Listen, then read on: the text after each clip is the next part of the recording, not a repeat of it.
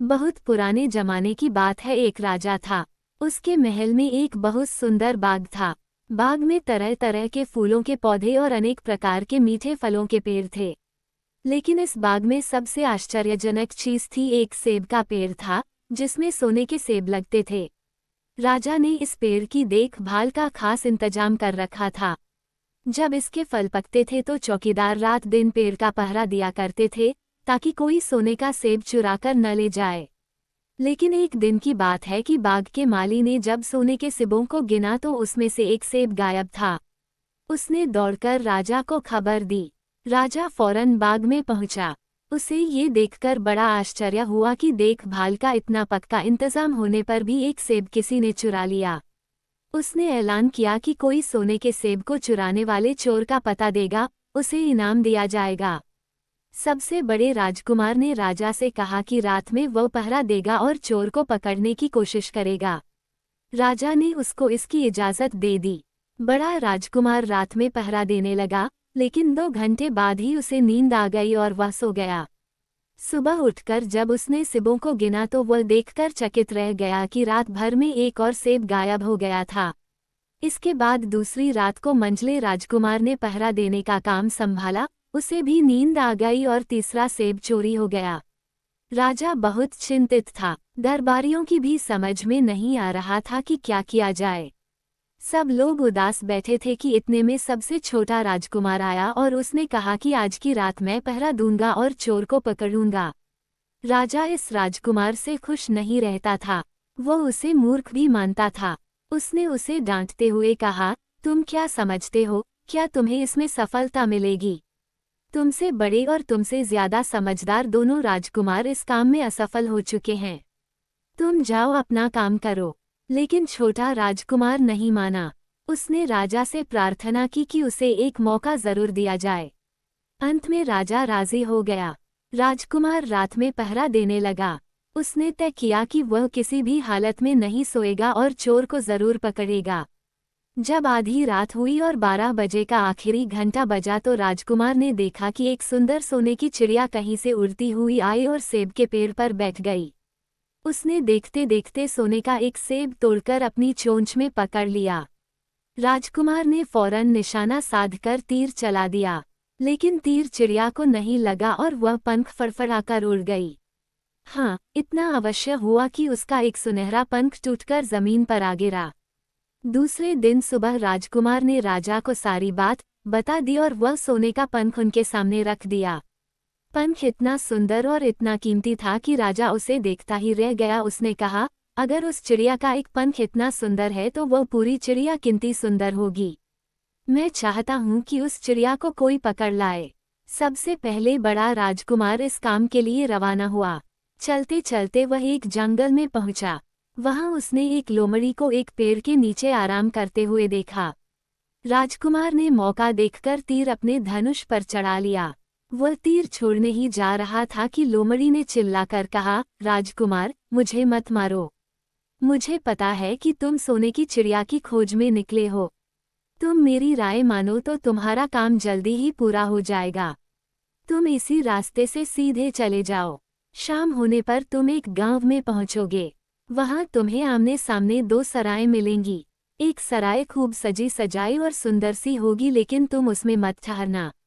तुम उसके सामने वाली दूसरी सराय में ठहरना, जो बहुत मामूली और देखने में भी भद्दी सी होगी। ऐसा करने पर तुम्हारा काम आसानी से पूरा हो जाएगा। लोमड़ी का बात सुनकर राजकुमार को हंसी आ गई। उसने डांटकर कहा, भाग जा यहाँ से। मुझे तुम्हारी सलाह की जरूरत नहीं है। ये कहकर उसने तीर छोड़ दिया। लेकिन लोमड़ी बहुत चालाक थी। वह बचकर निकल भागी। राजकुमार आगे चलता गया। शाम को जब वह एक गांव में पहुंचा तो उसने देखा कि वहां सड़क के किनारे सचमुच 2 सरायें थीं। उनमें से एक सराय खूब सजी सजाई थी और उसके अंदर से लोगों के नाचने गाने की आवाजें आ रही थीं। दूसरी सराय भद्दी सी थी और वहां अंधेरा घिरा हुआ था। राजकुमार सजी सजाई सराय में ठहर गया। थोड़ी देर में वह भूल गया कि वह असल में सोने की चिड़िया की खोज में निकला था। उधर जब काफी समय बीत गया और बड़ा राजकुमार नहीं लौटा तो मंझला राजकुमार सोने की चिड़िया की खोज में चल पड़ा। वह भी उसी तरह चलते चलते जंगल में पहुंचा तो वही लोमड़ी उसे भी मिली। इस राजकुमार ने भी लोमड़ी की बात पर कोई ध्यान नहीं दिया। जब वह शाम को उस गांव में पहुंचा तो बड़े राजकुमार की तरह सजी सजाई सराय में ठहरा। वहां के नाच रंग में मस्त होकर वह भी अपना काम भूल गया। यहाँ तक कि उसे घर लौटने की भी सुध न रही। अंत में सबसे छोटे राजकुमार ने राजा से कहा कि मैं सोने की चिड़िया की खोज में जाऊंगा। राजा को विश्वास था कि जब उससे बड़े दोनों राजकुमार इस काम में सफल नहीं हुए तो इसे और भी सफलता नहीं मिलेगी।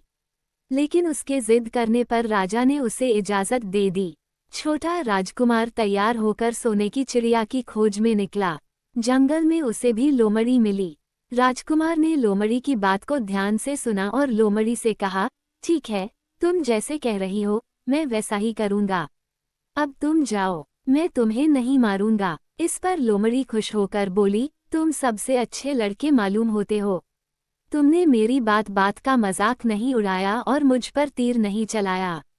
मैं तुमसे खुश हूँ और तुम्हारी मदद करूंगी। आओ, तुम मेरी पूंछ पर बैठ जाओ, मैं तुम्हें उस सराय तक पहुंचा देती हूँ। देखते देखते लोमड़ी की पूंछ काफी बड़ी हो गई और राजकुमार उस पर बैठ गया। उसके बैठते ही लोमड़ी हवा में उड़ने लगी और थोड़ी ही देर में मैदानों और पहाड़ों को पार करके उसी गांव में जा पहुंची। राजकुमार ने उसकी सलाह को मानकर छोटी और पुरानी सराय में ही डेरा डाल दिया। वह दूसरी सजी सजाई सराय से दूर ही रहा।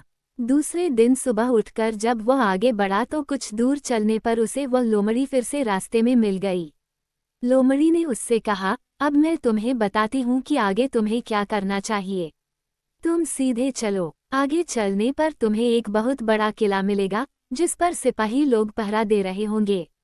तुम सिपाहियों से डरना मत और सीधे अंदर चले जाना, क्योंकि वे इस समय सो रहे होंगे।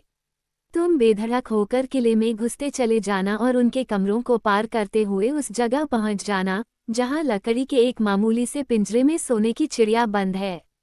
तुम चिड़िया को पिंजरे सहित उठाकर किले से बाहर ले आना। लेकिन एक बात याद रखना, चिड़िया के पिंजरे के पास ही एक बहुत सुंदर सा सोने का पिंजरा भी रखा होगा।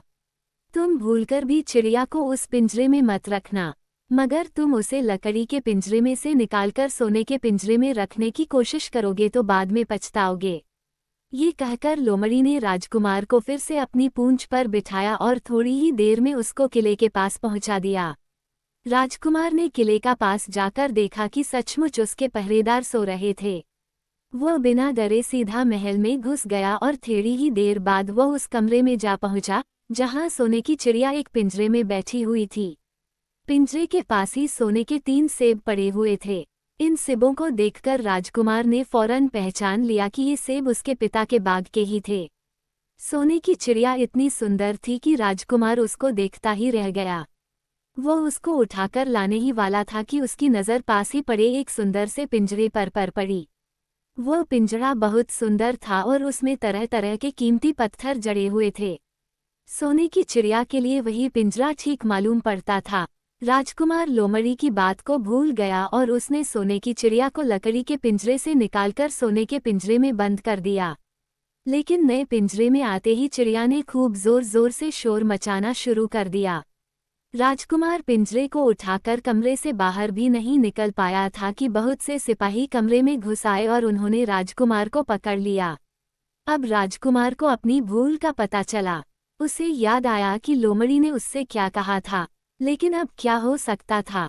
सिपाही उसे खींचते हुए राजा के दरबार में ले गए। राजा के पूछने पर राजकुमार ने सारी बात कह सुनाई। राजा बोला, तुम मेरे महल में चोरी करने के लिए घुसे थे। मैं तुमको माफ नहीं कर सकता। तुम्हें फांसी की सजा दी जाएगी, लेकिन मैं तुम्हें एक मौका देता हूँ। अगर तुम मेरे लिए सोने का घोड़ा ला दो तो मैं न सिर्फ तुम्हें छोड़ दूंगा बल्कि सोने की चिड़िया भी तुमको दे दूंगा। राजकुमार को अपनी जान बचाने के लिए राजा की शर्त माननी पड़ी। अब वह सोने के घोड़े की तलाश में निकला।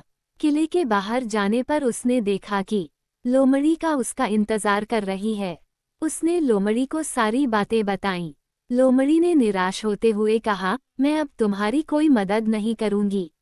तुमने मेरे कहने के अनुसार नहीं किया। मैंने जिस तरह से कहा था अगर तुम उस तरह से काम करते तो इस मुसीबत में नहीं फंसते और सोने की चिड़िया तुम्हें मिल जाती। राजकुमार बोला, इस बार मुझे माफ कर दो, मुझसे गलती हो गई। मेरा काम तुम्हारी सहायता के बिना नहीं चलेगा। मुझे राजा ने सोने का घोड़ा लाने के लिए कहा है, वरना वह मुझे फांसी पर चढ़ा देगा। लोमड़ी ने कहा, खैर, मैं तुम्हें माफ करती हूँ। अब तुम ऐसा करो कि मेरी पूंछ पर बैठकर सीधे चले चलो। कुछ दूर जाने पर तुम्हें एक दूसरा किला मिलेगा। उसी किले की घुड़साल में तुम्हें सोने का घोड़ा बंधा हुआ मिलेगा। महल के नौकर चाकर सब सो रहे होंगे। तुम चुपचाप जाना और घोड़े को खोल लेना। लेकिन एक बात याद रखना, वहाँ घोड़े के पास ही घोड़े पर कसने के लिए 2 जीनें रखी होंगी। उसमें से एक तो पुरानी चमड़े की जीन होगी और दूसरी सोने की जीन होगी। तुम सोने की जीन को छूना भी मत और उस घोड़े पर पुरानी चमड़े की जीन को कसकर सवार हो जाना और उसे दौड़ते हुए किले से बाहर चले आना। राजकुमार ने वादा किया कि वह ठीक ठीक वैसा ही करेगा। लोमड़ी ने उसको अपनी पूंछ पर बैठाया और कुछ ही देर में वह उसे ले किले के पास जा पहुंची। किले के पास पहुंचते ही लोमड़ी ने उसे नीचे उतारा और फिर वहां से चली गई। राजकुमार सीधा फाटक से किले में घुस गया। अंदर जाकर उसने देखा कि वहां के सभी नौकर चाकर सोए हुए थे। थोड़ी ही देर में वह किले की घुड़साल में जा पहुंचा। वहां एक बहुत सुंदर सुनहरा घोड़ा बंधा हुआ था। राजकुमार ने पास जाकर देखा कि वह घोड़ा सचमुच सोने का था। ऐसा सुंदर घोड़ा उसने सपने में भी नहीं देखा था। उसने आगे बढ़कर घोड़े को खोल लिया। जब वह बाहर निकलने लगा तो उसकी नज़र एक कोने में पड़ी हुई सोने की जीन पर गई। ये जीन बहुत सुंदर थी और इसमें हीरे मोती जड़े हुए थे। उसके पास ही एक फटी पुरानी चमड़े की जीन पड़ी हुई थी। इतने सुंदर घोड़े पर पुराने चमड़े की जीन कसना राजकुमार को अच्छा नहीं लगा। उसने सोने की जीन उठा ली और घोड़े पर कसना शुरू किया। इतने में घोड़ा जोर से हिनहिना उठा। किले के नौकर चाकर जाग गए।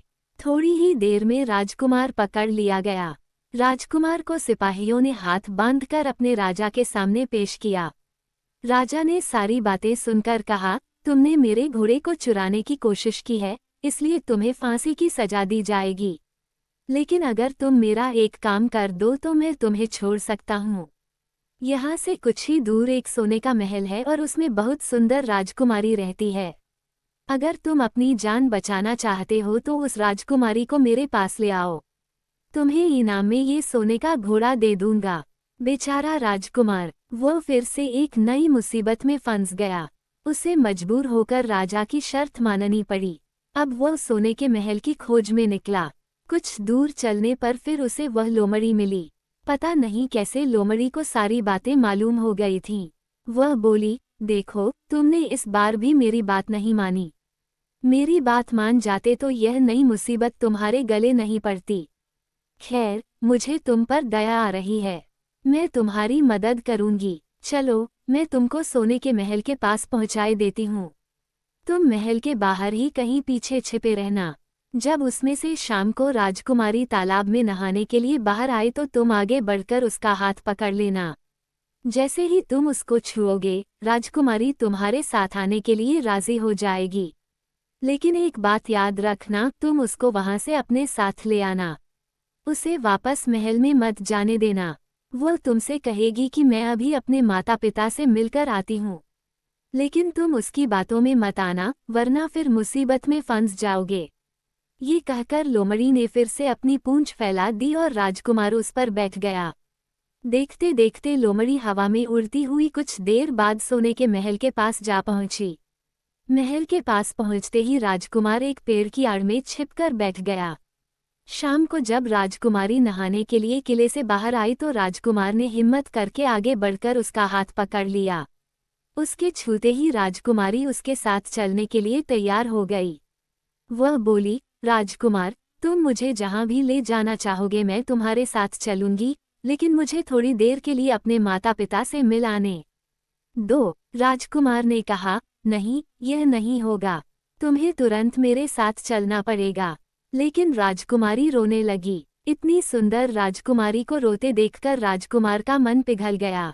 अंत में वह राजी हो गया और बोला, जाओ, थोड़ी देर के लिए माता पिता से मिलाओ, लेकिन फिर तुरंत बाहर चली आना। लेकिन राजकुमारी ने जैसे ही किले में पैर रखा, किले के पहरेदार जाग गए और उन्होंने राजकुमार को पकड़ लिया।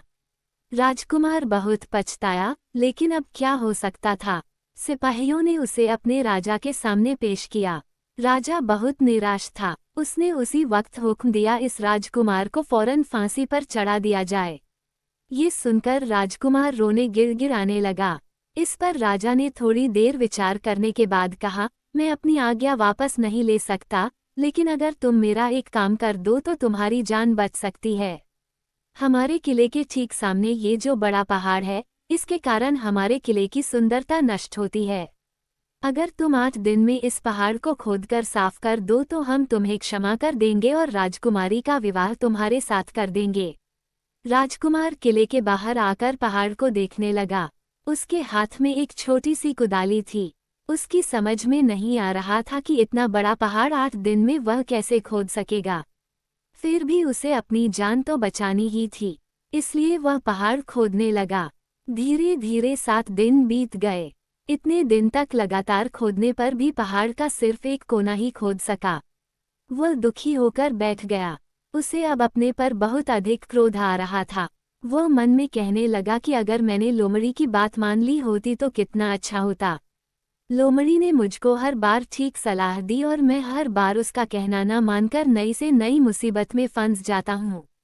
राजकुमार इस तरह सिर झुकाए बैठा था कि अचानक उसे अपने पैरों के पास लोमड़ी की पूंछ हिलती दिखाई दी। उसने नजर उठाकर देखा, सचमुच वही लोमड़ी खड़ी थी। लोमड़ी ने मुस्कराते हुए कहा, क्यों, क्या हाल है? इस बार तो तुम्हारी मदद करने की मेरी जरा भी इच्छा नहीं थी, लेकिन मैं 7 दिन से तुमको पहाड़ खोदते हुए देख रही हूँ। मुझे दया आ गई और मैं तुम्हारी मदद के लिए चली आई। जाओ, तुम बहुत थक गए हो, सो जाओ, मैं थोड़ी ही देर में तुम्हारा काम पूरा कर दूंगी। इस बार राजकुमार ने तय कर लिया था कि अब वह लोमड़ी जिस तरह कहेगी वह उसी तरह करेगा। वह चुपचाप उठकर एक तरफ सोने चला गया। थोड़ी ही देर में उसे नींद आ गई। सुबह जब वह सोकर उठा तो उसे अपनी आंखों पर विश्वास नहीं हो रहा था। वहां कहीं भी पहाड़ का नाम नहीं था और महल का सुंदर दृश्य दिखाई दे रहा था। राजकुमार सीधा राजा के पास पहुंचा। राजा उसके काम पर बहुत खुश था। उसने तुरंत अपने वादे के अनुसार राजकुमारी के साथ उसका विवाह कर दिया। जब राजकुमार उस सुंदर राजकुमारी के साथ कुछ दूर चला तो उसे रास्ते में फिर वही लोमड़ी मिली। लोमड़ी बोली, बधाई हो राजकुमार। राजकुमारी के साथ तुम्हें देखकर मुझे बड़ी खुशी हो रही है, लेकिन अब तुम्हें सोने का घोड़ा और सोने की चिड़िया भी प्राप्त करनी चाहिए, क्योंकि वे दोनों चीजें तुम्हारे ही लायक हैं और तुम उन्हें आसानी से प्राप्त कर सकते हो। राजकुमार बोला, लेकिन भला मुझे सोने का घोड़ा और सोने की चिड़िया कैसे मिल सकती है? मैं तो इस राजकुमारी को भी उस राजा के लिए ले जा रहा हूँ। लोमड़ी ने कहा, नहीं, तुम ऐसा काम कभी मत करना। इस राजकुमारी के साथ तुम्हारा विवाह हुआ है और यह अब तुम्हारी ही है। अगर तुम मेरे कहने के अनुसार काम करो तो तुम्हें सोने का घोड़ा और सोने की चिड़िया भी मिल सकती है। तुम पहले इस राजकुमारी को लेकर सोने के घोड़े वाले राजा के पास जाओ। राजा खुश होकर तुमको सोने का घोड़ा दे देगा। तुम घोड़े पर सवार हो जाना और सवार होकर सबसे विदा लेना। राजकुमारी से तुम सबसे बाद में विदा लेना। जैसे ही तुम राजकुमारी के पास पहुंचो, तुम उसे हाथ से पकड़कर घोड़े के ऊपर खींच लेना और घोड़े को दौड़ा देना। सोने का घोड़ा इतना तेज दौड़ता है कि दुनिया का तेज से तेज घोड़ा भी उसकी बराबरी नहीं कर सकता। जाओ, तुम पहले इतना काम पूरा करो, इसके बाद आगे का काम मैं तुम्हें बाद में बताऊंगी। मैं तुम्हें वहां रास्ते में मिलूंगी। राजकुमार ने ठीक वैसा ही किया जैसा लोमड़ी ने उससे कहा था। जब सोने के घोड़े वाले राजा ने खुश होकर उसे इनाम में सोने का घोड़ा दिया तो राजकुमार उस पर सवार हो गया और उससे विदा लेने लगा। अंत में वह राजकुमारी को उठाकर घोड़े को तेजी से दौड़ाता हुआ किले से बहुत दूर निकल आया। रास्ते में एक पेड़ के नीचे लोमड़ी उसका इंतजार कर रही थी। उसे देखकर लोमड़ी बोली, शाबाश, अब तुम सोने की चिड़िया भी प्राप्त कर लो। जब तुम सोने की चिड़िया वाले राजा के पास पहुंचोगे तो वह इस घोड़े को देखकर बहुत खुश होगा। तुम उससे कहना कि पहले सोने की चिड़िया का पिंजरा मेरे हाथ में दे दो, तब मैं ये घोड़ा तुमको दूंगा। जब वो पिंजरा तुम्हारे पास लाए तो तुम पिंजरा उसके हाथ से छीन लेना और घोड़े को दौड़ा देना। बस ऐसे चिड़िया तुमको मिल जाएगी और कोई तुम्हें पकड़ भी नहीं सकेगा। इस बार भी राजकुमार ने ठीक वैसा ही किया। वह राजकुमारी के साथ ही घोड़े पर बैठा रहा और जब राजा ने उसके हाथ में सोने की चिड़िया का पिंजरा दिया तो उसने देखते देखते एड़ मार दी और सोने का घोड़ा हवा से बातें करने लगा। कुछ दूर चलने पर लोमड़ी उससे मिली। राजकुमार ने उससे कहा, तुमने मेरी बड़ी मदद की है। तुम्हारी वजह से मुझे न सिर्फ सोने की चिड़िया मिली बल्कि सोने का घोड़ा और इतनी सुंदर राजकुमारी भी मिल गई। बताओ मैं तुमको क्या इनाम दूं? मैं तुमको कुछ न कुछ जरूर देना चाहता हूँ। लोमड़ी ने कहा, अगर तुम खुश हो तो मेरा एक काम कर दो। तुम एक तीर चलाकर मुझे मार दो। इस समय तुम यही सबसे बड़ा काम मेरे लिए कर सकते हो। राजकुमार ने कहा, भला ये कैसे हो सकता है? तुमने मेरी इतनी मदद की और मैं बदले में तुम्हें मार दूं। मुझसे यह नहीं होगा। ये सुनकर लोमड़ी बड़ी दुखी हुई और बोली, अगर तुम मेरा ये काम नहीं कर सकते तो फिर ठीक है, जाओ। लेकिन मैं तुम्हारी भलाई के लिए ही कह रही हूँ कि तुम दो बातें जरूर याद रखना। एक तो तुम किसी कुएं की दीवार पर मत बैठना और दूसरे तुम ऐसे लोगों के लिए धन मत खर्च करना जिन्हें फांसी मिलने वाली हो।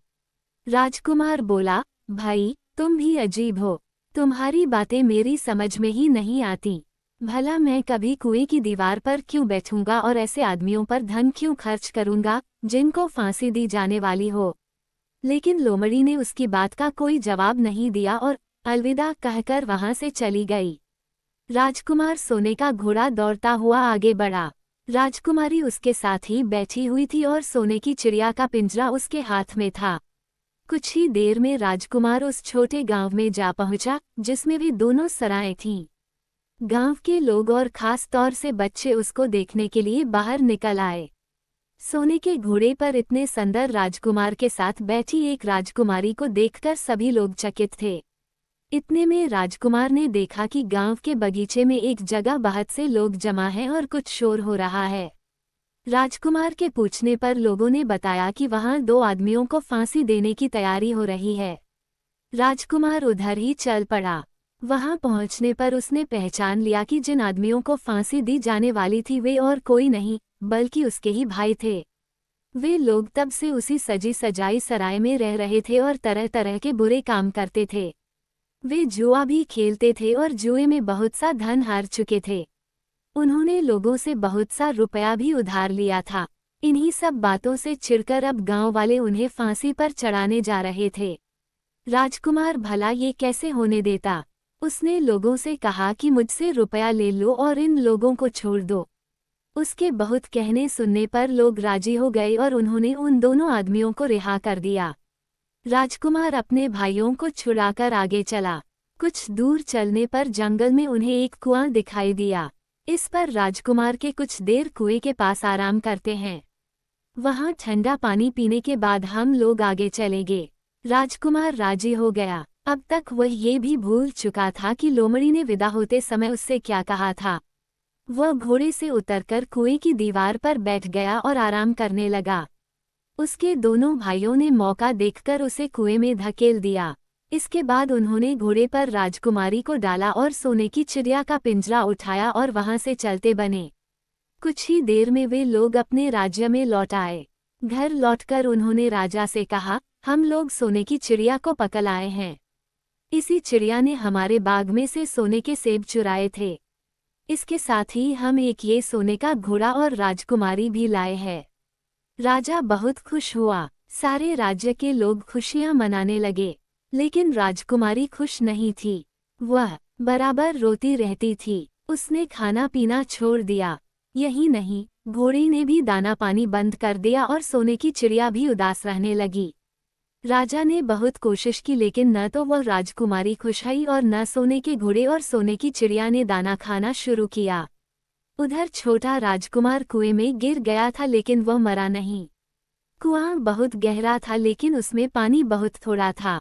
वो कुएं में बैठा बैठा अपने भाग्य को कोसता रहा। अब उसे फिर उसी लोमड़ी की याद आई और वह पछताने लगा कि अगर मैंने उसका कहना मान लिया होता तो मैं मुसीबत में न फंसता।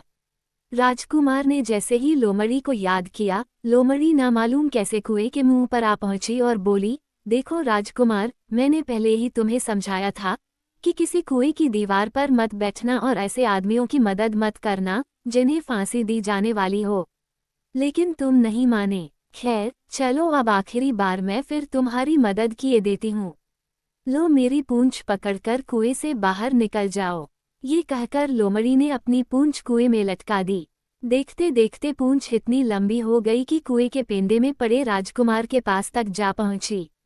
राजकुमार उसे पकड़कर कुएं से बाहर निकल आया। लोमड़ी ने उससे कहा, जाओ, अब तुम अपने घर जाओ। लेकिन जरा होशियार रहना, तुम्हारे भाई तुम्हारी जान के दुश्मन हैं। वे लोग जरूर तुमको ढूंढ रहे होंगे। राजकुमार घर की ओर चल पड़ा। अपने राज में पहुंचने पर उसे एक भिखारी मिला। भिखारी को उसने अपने सुंदर कपड़े दान में दे दिए और उनके भद्दे पुराने कपड़े पहन लिए। इस तरह भेस बदलकर वह अपने किले में पहुंचा। वहां उसके पहुंचने पर एक बड़ी आश्चर्यजनक बात आई। सोने का घोड़ा खुशी से हिनहिनाने लगा और दाना खाने लगा। सोने की चिड़िया भी अपने पिंजरे में खुशी से फुदकने लगी और गाना गाने लगी। राजकुमारी ने अपने आंसू पोंछ डाले और वह भी खुश दिखाई देने लगी। लेकिन राजा की समझ में कुछ नहीं आया। उसने राजकुमारी से इसका कारण पूछा तो वह बोली, मैंने तो पहले ही आपको सारी कहानी बता दी थी। आपके बड़े और मंझले राजकुमार ने छोटे राजकुमार के साथ धोखा किया है। इन्होंने आपको भी धोखा दिया है। लेकिन अब आपका छोटा राजकुमार यहाँ पर आ पहुँचा है, इसीलिए मुझे बहुत खुशी हो रही है। उसी के साथ मेरी शादी हुई है और मैं उसके साथ ही सुखी रह सकती हूँ। फिर उसने मैले कुचैले कपड़े पहने एक आदमी की ओर इशारा करते हुए कहा, वह रहा आपका छोटा राजकुमार। राजा ने भी अपने छोटे लड़के को पहचान लिया। अब राजा ने अपने छोटे बेटे के बारे में अपने विचार बदल दिए। अब वो उसको बहुत समझदार और बहादुर मानने लगा और उससे बहुत अधिक प्यार करने लगा।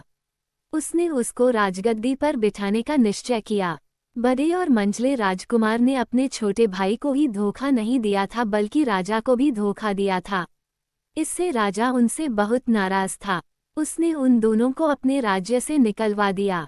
इसके बाद बड़ी धूमधाम के साथ राजकुमारी के साथ राजकुमार का विवाह हुआ और दोनों सुख से रहने लगे। लेकिन राजकुमार उस लोमड़ी को नहीं भूला था जिसने उसकी सहायता की थी। एक दिन समय निकालकर वह जंगल में उस लोमड़ी की खोज में निकला। बहुत ढूंढने के बाद एक पेड़ के खोखले भाग में उसने उस लोमड़ी को चुपचाप बैठे हुए देखा। लोमड़ी बहुत उदास थी और पहले से बहुत ज्यादा दुबली भी हो गई थी।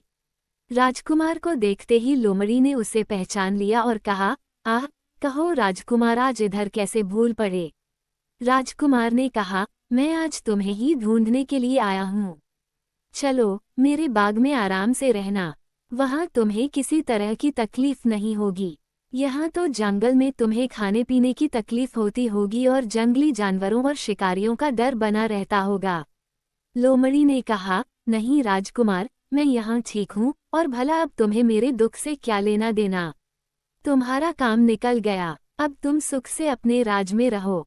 राजकुमार बोला, नहीं, तुमने मेरा बड़ा उपकार किया है। मैं तुम्हें इनाम देना चाहता हूँ और अपने साथ ही रखना चाहता हूँ। राजकुमारी भी बहुत खुश होगी, वह भी तुमसे मिलना चाहती है। लोमड़ी बोली, अगर तुम सचमुच मुझे इनाम देना चाहते हो तो मेरा एक काम कर दो। मैंने तुमसे पहले भी कहा था कि तुम तीर चलाकर मुझे मार दो, इसी से मेरा लाभ होगा। असल में एक जादूगर ने मुझ पर जादू कर रखा है। मैं लोमड़ी नहीं हूँ, मुझे उसके जादू के प्रभाव से लोमड़ी के रूप में रहना पड़ रहा है। मैं तो उसी देश का राजकुमार हूँ जहाँ की राजकुमारी से तुम्हारा विवाह हुआ है। असल में वह राजकुमारी मेरी छोटी बहन है। अगर तुम तीर चलाकर मुझे मार दोगे तो इस जादू से मुझे मुक्ति मिल जाएगी और मैं फिर अपने देश लौट सकूंगा। राजकुमार को ये सुनकर बड़ा आश्चर्य हुआ। उसने फौरन अपने धनुष पर तीर चढ़ाया और लोमड़ी की ओर छोड़ दिया। तीर के लगते ही लोमड़ी मर गई और उसमें से एक सुंदर सा राजकुमार निकल आया। फिर दोनों राजकुमार आपस में गले मिले। इसके बाद दोनों राजकुमार वापस महल में लौट आए। वहां राजकुमारी अपने भाई से मिलकर बहुत खुश हुई।